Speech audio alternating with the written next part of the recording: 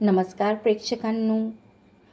तारिणी या मालिकेच्या आजच्या भागामध्ये इकडे मात्र आता खूप रोमॅन्टिक अंदाजमध्ये तारिणी आणि केदार खूप ओल्या चिंब अंगाने आता इतर मात्र खांडेकराच्या घरी पोहोचलेले असतात. तेवढ्यातच तिथं कितना काकू येते आणि आता काकू बोलते की काय झालं, ओले होऊन आले आहात का? त्यावर आता इकडे मात्र केदार बोलते की हो आलोय. त्यावर आता इकडे तारिणी बोलते की चुकून आलोय काकू. तेव्हा आता केदार बोलतो की जाणून बुजून आलोय. त्यावर आता केतना काकू बोलते की हे बघा, तुमचं काय आहे ना, दोघं मिळून एक ठरवा आणि मला सांगा की तुम्ही जाणून बुजून आले की चुकून आता भिजले. हे आम्हाला काय करायचं का स्वतःहून भिजले, हे काय आहे तुम्ही दोघं ठरवा आणि मला सांगा. त्यानंतर आता मात्र इकडे केदार बोलतो की ही तारिणी चल रूममध्ये. तेव्हा आता तारिणी बोलते की काकू हे बघा, मी लवकरच फ्रेश होऊन येते आणि त्यानंतर मस्त आपण खेकडा कांदी भजी करूया.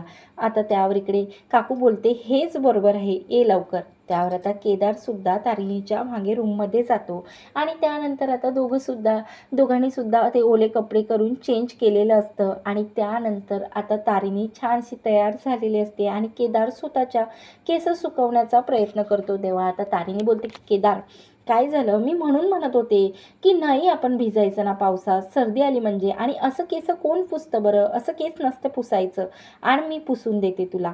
त्यावर आता इकडे तारिणी केदारची हेल्प करते आणि बोलते की हे बघ, तुला म्हणत होते ना मी सर्दी येणार, पण तू कुठं ऐकायला तयार होता. त्यावर आता इकडे केदार बोलतो की मला सर्दी नाही येत बॉस, मी ना लहानपणी खूप भिजायचो. तेवढ्यातच आता इकडे केदारला शिंका येतात.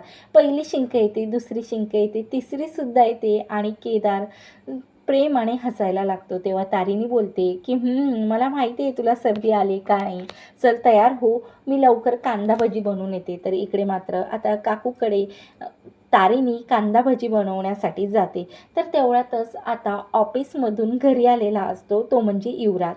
तेव्हा आता इकडे निशी रूममध्ये बसलेली असते आणि निशी रूममध्ये बसवून आता एक छानशी असे त्याने छोटंसं कागदाचं जे जहाज असतात ना, ते जहाज तयार केलेलं असतं. आणि आता युवी रूममध्ये पोचल्या पोचल्या बोलतं की युवी युवी चल आपण ना पावसात भिजूया आणि बघ ना, मी हे तुझ्यासाठी छानशी शिप तयार केलेली आहे.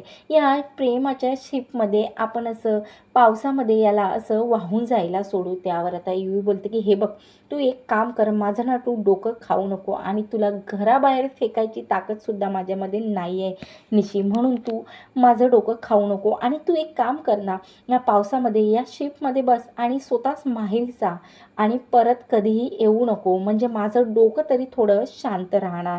असं तो निशीला सांगता निशी बोलते की ठीक आहे, तुझं ना नेहमीचंच झालं आहे युवी की तू त्या केदार आणि तारिणीचा राग माझ्यावरती काढतो आणि माझं काही ऐकत नाहीस. नको येऊ, मी एकटीच जाते आणि ही शिप किनाऱ्याला लावते. तर तेवढ्याच आता इकडे तारिणी एका गरम पाणी पातेल्यामध्ये घेऊन येते आणि पातेल्यामध्ये घेऊन आल्यानंतर आता इकडे केदारला बोलते की हे बघ, मी आता याच्यामध्ये गरम पाणी आणलेलं आहे आणि तुझी सर्दी आहे ना नाहीशी होणार आणि तुला बरं वाटणार. हे घे. आता तेव्हा लगेच ती ब्लँकेट घेते आणि केदारच्या अंगावरती टाकते आणि त्याला सांगते की या गरम पाण्याने वाफ घे, म्हणजे तुला बरं वाटणार.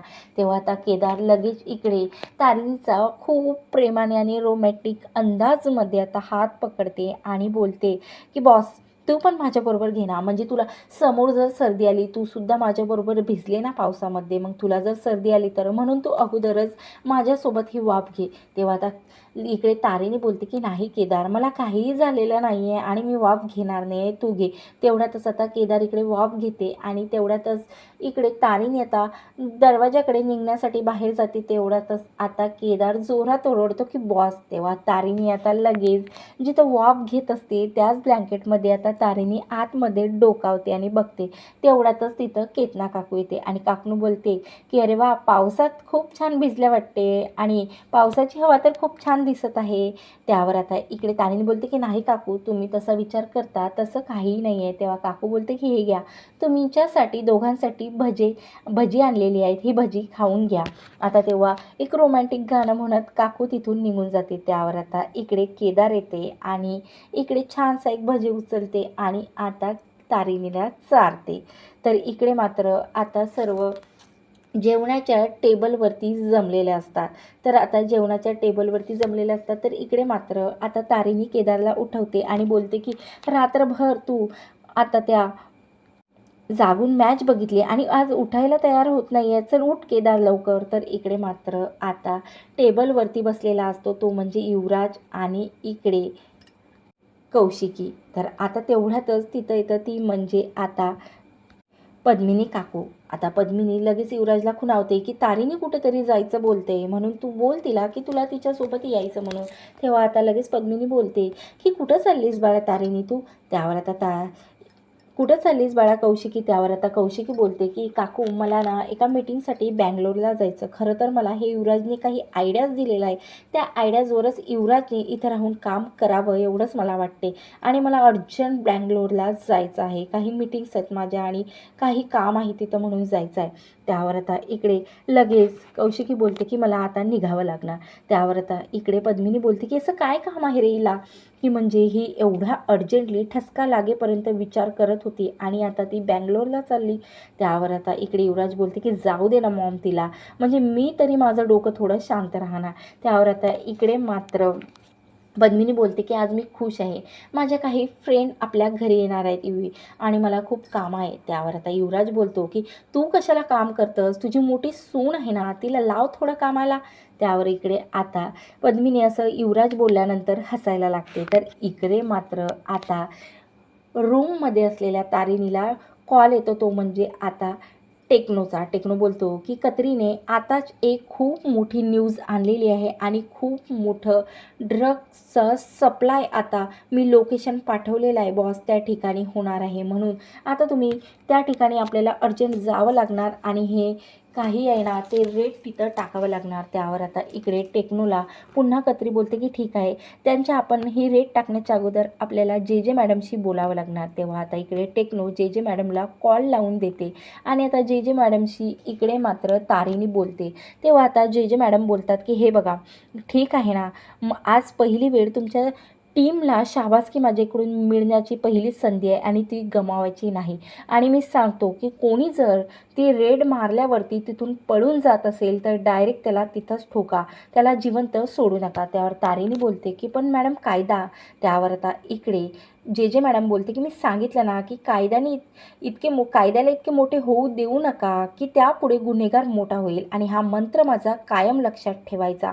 आणि आता मात्र या रेडमध्ये माल पूर्ण पकडण्यात यावा हीच मी तुम्हाला सांगते. त्यावर इकडे आता तारिणी बोलते की मॅडम आमच्या टीमवर मला पूर्ण विश्वास आहे, तुम्ही आता कसलीही चिंता करू नका. तर इकडे मात्र आता पद्मिनी, केतना काकू, निशी आणि इशू सर्व काही बसलेले असतात. आता तेव्हा इकडे पद्मिनीच्या फ्रेंड घरी येत असतात, म्हणून आता त्यांनी खूप लंब्या अशा मेनूची लिस्ट काढलेली असते आणि आता तेवढ्यातच त्यांनी मेनू ठरवलेला असतो. तेवढ्यातच आता या सर्वांना बाहेर जाताना दिसतो, तो म्हणजे केदार आणि तारिणी. आता केदार आणि तारिणी जेव्हा बाहेर जाते तेव्हा पद्मिनी काकू त्यांना अडवते आणि बोलते की थांबा, कुठं चालल्या. त्यावर आता निशी बोलते तुम्ही नक्कीच त्या याच्यावरती चालले असाल ना, अनाथ आश्रमात. त्यावर आता केदार बोलते की हो आम्ही तिथंच चाललो. त्यावर पद्मिनी काकू बोलते की तूच म्हणतो ना की आपल्या इथं नेहमी अतिथी ही देवो भव, मग आज माझ्या फ्रेंड अतिथी म्हणून इथं येणार आहे आणि त्यांचं जे काही आहे ना, मी मेनू लिस्ट तुझ्या हातावर दिलेली आहे, त्यांची खातिरदारी एक नंबर झाली पाहिजे तारीने. त्यावर तारीने बोलते की ठीक आहे, मी जे काम आश्रमात करण्यासाठी चालली तेही काम मी करते आणि तुम्ही जे फ्रेंडची लिस्ट मला दिली त्यांच्यासाठी जेवणही मी बनवते आणि त्यांचा आदरसुद्धा मी करते, तुम्ही चिंता करू नका. तर अशा प्रकारे आता दुसऱ्या दिवशीच्या स्पॉइलर भागामध्ये असं दाखवण्यात येतं की जिथं आता ड्रग्स सप्लाय होतो त्या ठिकाणी आता तारिणीच्या संपूर्ण टीमनं आता रेड मारलेली असते आणि ड्रग्स पकडण्यात येतो.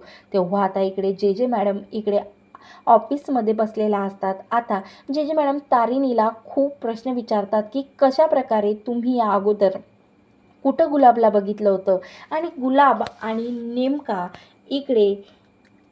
नेमका युवराजचा संबंध तरी काय आहे. तर तेव्हा आता इकडे लगेच सांगते तारिणी की मी युवराजसोबत जेव्हा गुलाबला पहिली वेळ बघितलं तेव्हाच माझ्या लक्षात आलेलं होतं की युवराजचा काही ना काही संबंध ड्रग्सविषयी आहे. त्यावर आता जे जे मॅडम बोलतात की तुम्ही आता या सर्वात पडू नका, आता मला समोर या युवराजसोबत काय करायचं ना, आता हे मी बघून घेतो. तेव्हा मात्र तारिणी आता खरं जे मॅडम काय करणार या विचारात पडलेली असते. तर बघत राहा तारिणी मालिका. धन्यवाद.